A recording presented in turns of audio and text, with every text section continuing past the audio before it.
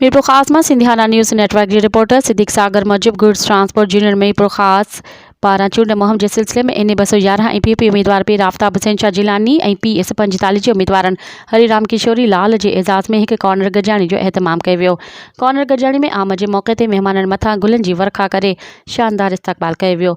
पिंडाल में पहुंचण ते अवाम पारां उम्मीदवारनि की हिमायत में सख्त नारेबाज़ी कई वई। इन दौरान मेहमाननि के सिंध की रिवायती सुखड़ी अजरक पाराए विया। तकरीब के यूनियन के अहदेदारनि दिलबर हुसैन सोलंकी मेहमाननि अगियां मसइलनि की निशानदही कई। तकरीब के खिताब कंदे पीपल्स पार्टी के उम्मीदवार पीर आफ्ताब हुसैन शाह जिलानी ऐं करण हरिराम किशोरी लाल चयो त पीपल्स पार्टी अवाम के मसइलनि खां बखूबी वाक़िफ़ है ऐं उन्हनि जे हल लाइ भरपूर किरदार अदा कयो आहे।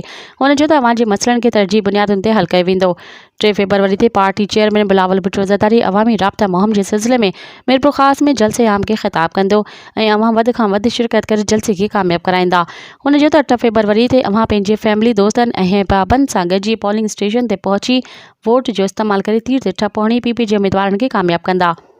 इन मौके ते गुड्स यूनियन के अहदेदारनि पारां उम्मीदवारनि के भरपूर ताउन जो यकीन ॾियारियो। कॉर्नर गजाणी में अजमल एवान जफर बलोच शाहिद जट अली हसन मेंगल वाजिद खान हाजी जावेद सपरा हाजी अफजल सईद अहमद चौधरी मुनीर अहमद आबिद तनवली अलादाद खान सिकंदर सोलंकी अहमद वली अंग में शिरकत कई।